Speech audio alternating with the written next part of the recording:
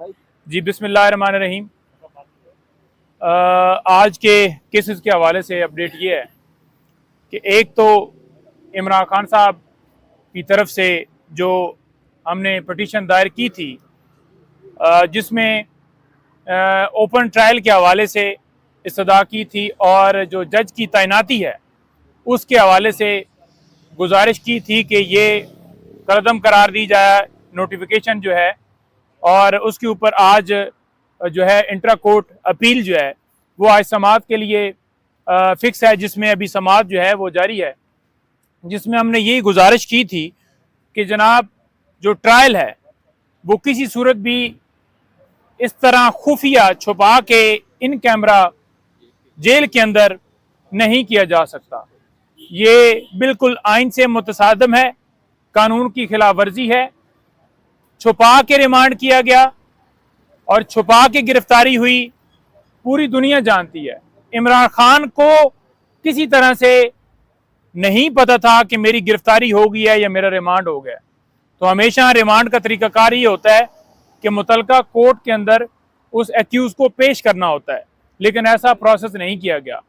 और हमें पता चलने से पहले या खान साहब से मुलाकात करने से पहले अता तारड़ साहब टीवी के ऊपर बैठ कर कहते हैं कि जनाब उसके अंदर तो रिमांड भी हो गया है, गिरफ्तारी भी हो गई है। तो उन्हें कैसे पता था कि ये सारा जो है प्रोसेस पहले हो चुका है?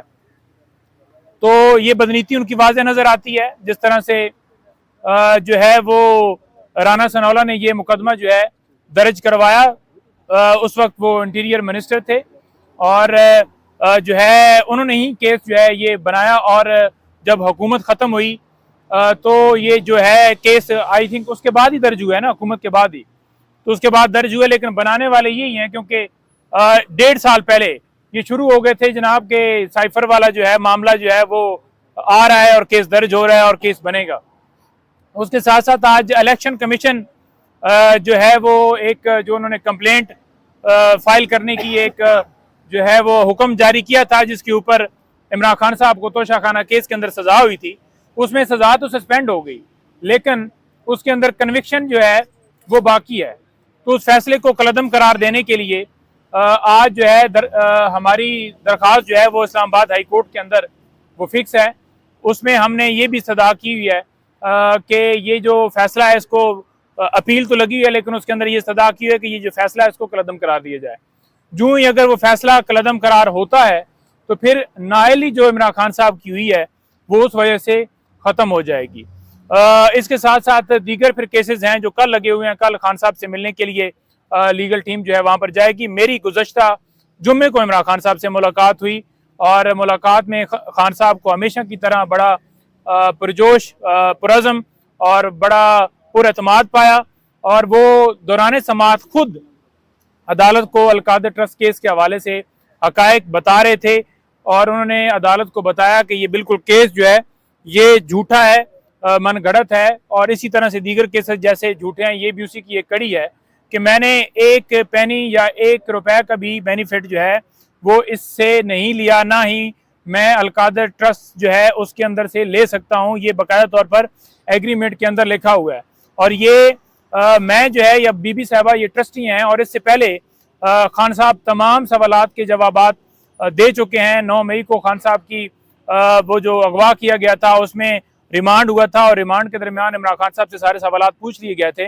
दोबारा जो नैब है उसने रिमांड की सदा की, तो हमें तो वो समझ से बाहर बात थी कि पहले जब 9 मई को खान साहब का अगवा हुआ और उस वक्त रिमांड लिया गया, उस वक्त तमाम सवालात पूछ लिए गए थे, और उसके बाद खान साहब को जब यहाँ पर जो है वो जब इसमें गिरफ्तारी डली हुई थी, तो इस वक्त भी जो 2-3 दिन के लिए उनको जो है तफ्तीश की इजाज़त दी गई थी, तो उसमें भी उन्होंने तमाम सवालात डेफिनेटली वो कर लिए होंगे। और इससे पहले अगर आप देखें तो खान साहब जब बाहर थे तो वो नैब के अंदर पेश होते रहे और आकर 4-4 घंटे सवालात के जवाबात देते रहे। इसी तरह से बीबी साहिबा को बुलाया जाता है हर रोज़, और उन्होंने भी तमाम सवालात के जवाब दे दिए हैं। सवालात सेम पूछते हैं, सेम दस्तावेजात हर डेट के ऊपर मांगते हैं, और तमाम दस्तावेजात जो उनके पास अवेलेबल थी वो उन्होंने दे दी।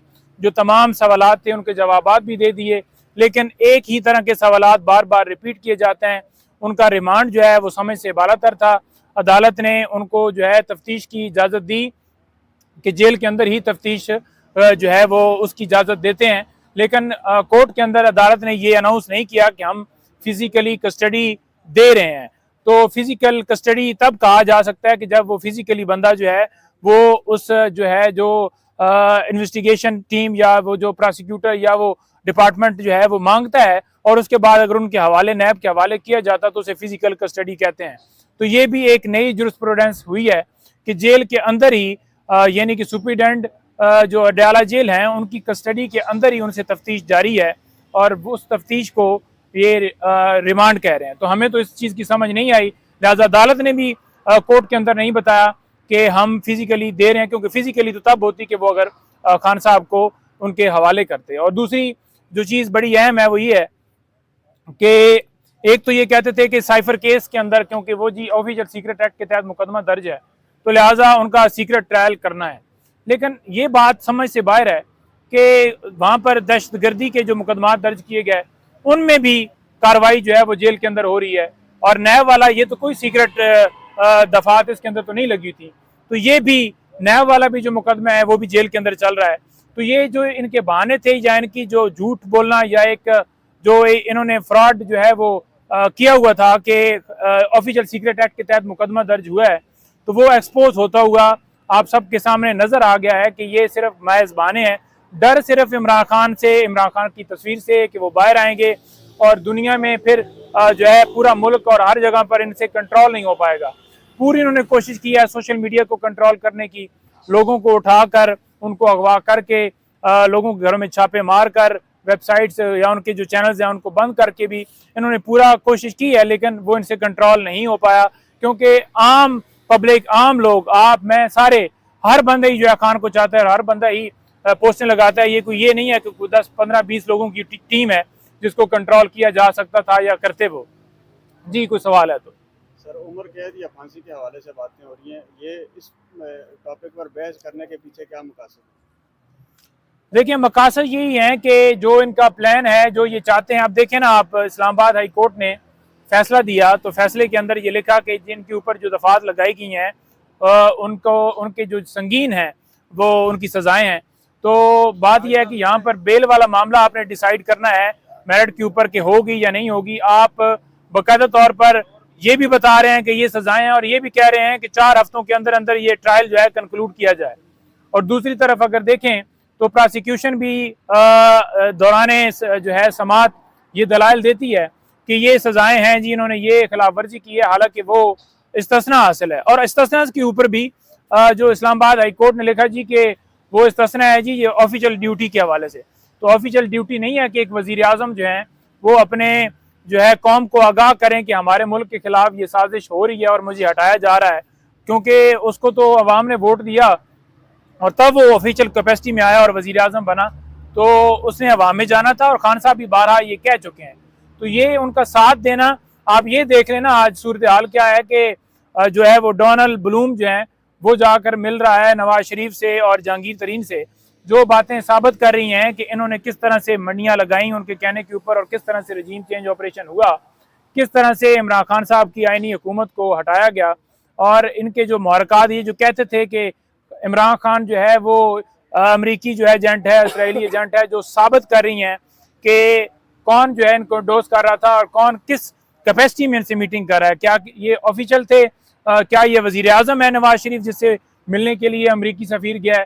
तो किसी सूरत भी ये पूरी कौम जो है इसको बिल्कुल स्ट्रांगली कंडेम कर रही है और इसके ऊपर तमाम लोग तशवीश का इजहार कर रहे हैं। और ये एक्सपोज होते हुए नज़र आ गए लोगों को कि ये जाकर जो मीटिंग हुई है वो वाज़ह कर रही है कि वाकई इमरान खान की हुकूमत जो है वो अब वाज़ह तौर पर नज़र आ रही है कि इन लोगों ने किस तरह से मिलकर गिराई। जो ये एक्सेप्ट नहीं करते थे, अब वो तस्वीरें, वो वीडियो, वो बयान, वो सारे मंजर आम पर आ चुके हैं और जिससे वो मोर सबत हो रही है कि ये किस तरह से मिले हुए थे।